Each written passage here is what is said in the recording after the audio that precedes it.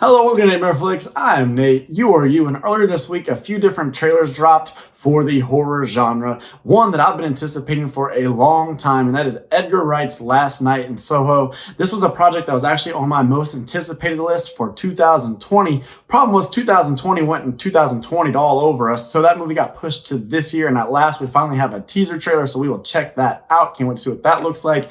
And then Escape Plan 2, it dropped its first trailer, and then something called Werewolves Within. I don't know anything about that project except for the title and the fact that I feel we are way overdue for an awesome werewolf movie. I don't know if that's what we're going to get with that, but we'll look at the trailer and we'll try to determine if that's what's going to happen. But let's go ahead and get started with Last Night in Soho. 3, 2, 1.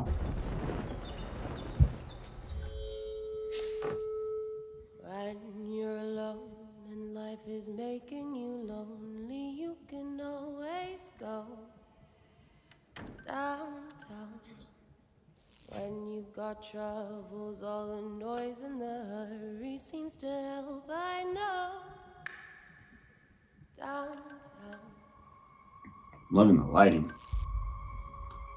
Just listen to the music of the traffic in the city. Sean Connery and Thunderball. Linger on the sidewalks where the neon signs are Love the pretty. setting. How can you lose?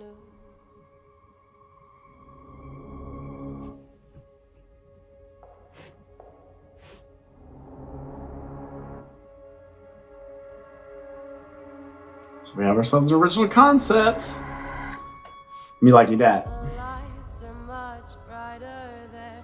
You can forget all your troubles, forget all your cares. So go downtown.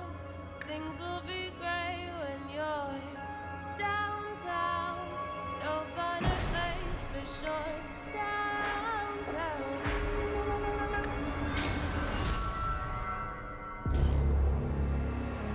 Everyone's waiting for you.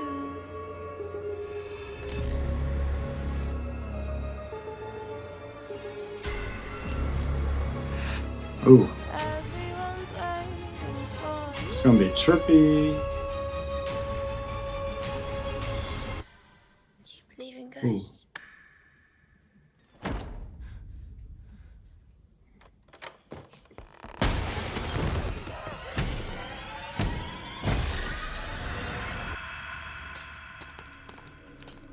Oh, that's a cool way to end the trailer. I like that. Downtown. All right.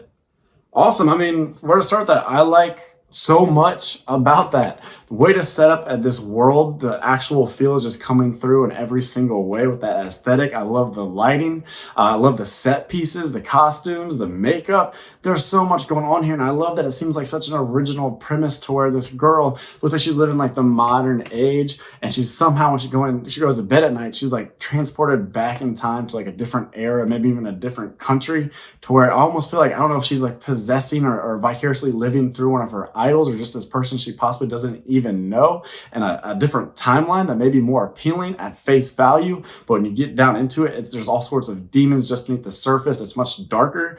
I like it. I could be way off with what I'm putting out right now, but that is my read on things. And I would be interested to see a film like that. And if that's not how things go, I'm still very interested to see what is going to happen here, because this is one of those films that it looks artsy, but not too artsy-fartsy that is pretentious and puts people off. It just has a lot of artistic merit. It's original, it's fresh, it has a message, something to say, something for film nerds to like watch over and over and over again and just pick it apart and find all these little technical treats within it. But for mass audiences, so much pure entertainment value, and then something that might even unsettle you and stick with you. I love a movie that days after you watch it, maybe weeks after it, you still have it pop in your head and you start thinking about different events in the movie and what it could mean. I think that could be the type of film we are getting here. And like I said, I just get this whole feeling of, it's like, be careful what you wish for, be careful what you idolize, because it's kind of like the story of Marilyn Monroe, where you see her on so many different t-shirts, and she's just such a big pop culture figure. But really, when you look into that story, she was very much a tragic figure, and it's not a life that you would want, even though so many women and men, you know, they wear her face and they really prop her up as this sort of like thing to aspire to. So that's just my take on it. Could be way off, and that is okay. No matter what, though, I think we're going to get something thought-provoking, unique, and just a whole lot of fun from Edgar Wright, who's basically a universally loved director. But let's go ahead and move on to our next trailer. Let's do Escape Room 2 next. Just a little bit of a disclaimer here. I haven't seen the first Escape Room. And they're like, well, why are you going to go ahead and do a trailer reaction? How are you suited to do that then? Well, the thing is, I've had a bunch of subscribers, not a bunch, I've had 2 or 3 subscribers on different videos be like, have you seen Escape Room? I liked it more than people give it credit for. You should do a review on it. And I told them that I knew another Escape Room was coming out, that there was going to be a sequel, and that when that got near, I would go ahead and review that Escape Room movie. So I figured, let's go ahead and look at the sequel. Maybe that'll help me gauge how excited I should be about having to sit down and watch the first Escape Room and then the follow-up. This can kind of be a good little barometer of how I should be feeling about things. Let's see what Escape Room 2 looks like in 3, 2, 1. We play the game or we die. Dang, this jump. They had like a whole teaser right before the trailer. Escape room is alive. I need to know that the criminals who killed the 4 people in front of me are held accountable. They're hiding in plain sight in the middle of Manhattan. We need to stop them. I'm in. I know this is. I'll take it that girl's in the first movie and Thank survives. you for coming with me. Do you hear that? Hey, what the hell is going on? The train is uncoupled. You gotta be kidding me. Welcome to Minos Escape Rooms. No. What's happening again? You guys have played the game before? So what is this? Like a tournament of champions? The game's the same, but on a train. Look, we all know how this works. We solve the puzzles or we die. False advertising must be pulled. This ad, yourself is missing an E. So maybe we pull the corresponding handles with a missing letter. Yes! E. Hang Come on, we don't have time! The missing letters are WB and O! Man, this Thor sequel, God of Thunder, looks whack. This is way bigger than last time. Gotta try something, right? A very blue movie. There's a special reason each of us survived. I can't feel physical pain. Just imagine the kinds of puzzles they came up with for me. Take a picture. It will last longer. It's a clue. This looks just like the lighthouse on the postcard. Grab his hand! It's over. I'm done running. We can beat them at their own game. What makes you think they're gonna let you walk away free again? We can make it stop! You're gonna get us killed. I'm not playing your game! Not now! I'm kind of ready for this to be over, I'm not gonna lie. I'm not very ecstatic or excited about this. Tournament of Champions. We made it. We made it! I don't understand. Damn. Still on the game. This Escape Room's got a budget. I hate to see the cover charge. July 16th. Oh, that is coming up quickly. I'm going to have to get caught up on Escape Room very quickly. And I gotta say, I said I was only going to look at this to kind of gauge how interested, if I should be excited about watching the first one in this one, or if I should be dreading it. And I'm leaning towards dreading it, because that seemed very, very generic and blah. And this doesn't give me anything to be excited about. I had a lot of people tell me, if you like Saw movies, you will love Escape Room. It's like Saw, but more colorful and more inventive in its set designs. And I gave you the set design thing. You're not like a big industrial space that's kind of void of theme, but not a lot doing here. I feel like these are some shallow. Was this Blumhouse? This feels like it could be a like cheap Blumhouse movie.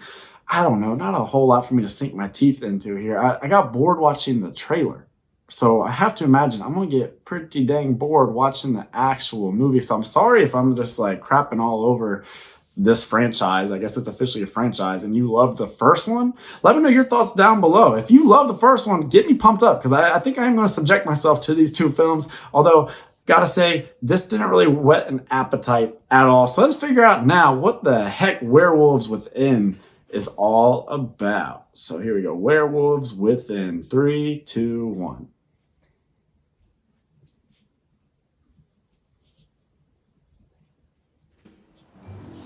Should have packed our snowshoes.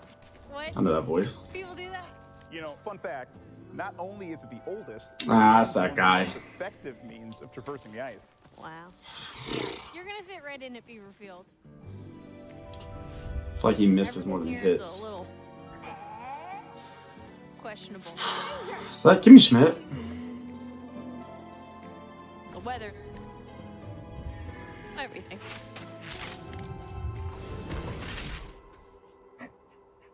Oh. IFC Films, that's promising. You just seen a corpse. Well, the roads are effed, and something's wrong with the generator. Which generator? All of them. Can't get on the internet. Also, there's a dead body under your porch. Come on. There we go. Keep building this way. Let's get good. Let's get scary. Not too goofy. Come on. What are you, like a wolf detective now, Marcus? Who knows? We're winning. Don't be stupid. Don't be stupid. Don't be stupid. Please don't be stupid. I think we can all agree that it's unsafe outside, and there's safety in numbers. Out of curiosity, who is packing? Well, Oh, I know that. Is that the AT&T girl? Guns, though. with guns, yes. Everything about this predator is unorthodox. It's not human. It's not canine. It's one of them. One of what? A what? Lycanthrope. Come on, dude, Shakira. This is lycanthropy. She-wolf. How did they get out? Who says it got out? Maybe I'm a werewolf. Maybe you're a werewolf. Maybe you're a werewolf. You're a werewolf. You're a werewolf. You're a werewolf. Am I a werewolf? Maybe we're all werewolves. Are we really in a Mexican standoff right now? Baby, don't say Mexican. Just stand up. Nah. I'm just gonna head out. Just pull it. You're fine. It's not. We got it on our own. It's just hey, you go ahead, please. Don't spare me. Oh, please don't. Oh, please. Please don't bother the lock. Me. You think I Oh couldn't my do that goodness, I myself? could have gotten it.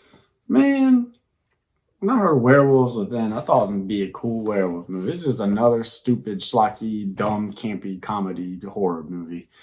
And, like, there was a time that I would have probably welcomed that with open arms, but I feel like we're getting a ton of them now. And, like, I just want an actually good werewolf movie. I guess we got to wait until the Ryan Gosling Wolfman movie. This one, it could be good.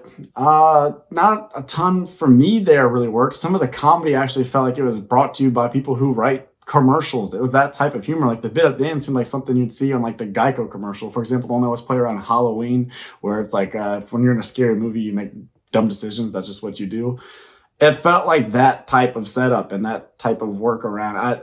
I wasn't really enjoying that. And then, like I said, the leads here, you got the girl from the AT&T commercial. I don't really know her from anything else. I kind of misidentified her as Ellie Kemper from Kimmy Schmidt and many other things. And now I wish it had been Ellie Kemper because I like her a lot more. And I think it would have given me some hope because she just got so much charisma and she's so great on screen. And she's just got this magnetic personality. And I wasn't getting a whole lot of charisma, not a whole lot of stuff, just kind of making me kind of latch onto this and be like, you know what? I'm going to go give this movie a chance. This movie that's not going to be as well known as something like Last Night in Soho or a big franchise like A Quiet Place 2, which I just watched. I'll go give these people my buck. And I'm like, at best, I'll check it out on streaming. Not really too psyched about Werewolves Within or Escape Plan, but I think I just figured out the solution. You put a bunch of likable characters in an escape room where one of them is a werewolf. You don't know which one, and then we see what happens. Perhaps that would be a good movie. I don't know. What did you feel about these three trailers? I really only liked the Last Night in Soho one. That was one of my most anticipated movies of 2020, like I mentioned earlier, and I can't wait to see it now in 2021. I really think that could come in high on my best of the year list, just going off of what we got here. Be sure to comment your thoughts down below. Be sure to subscribe if you have not. Lots of great content coming your way. I promise I'm going to do my best for you guys. Hey, but other than this, you have yourself a fantastic day. I'm Nate for natemareflix saying that's a wrap.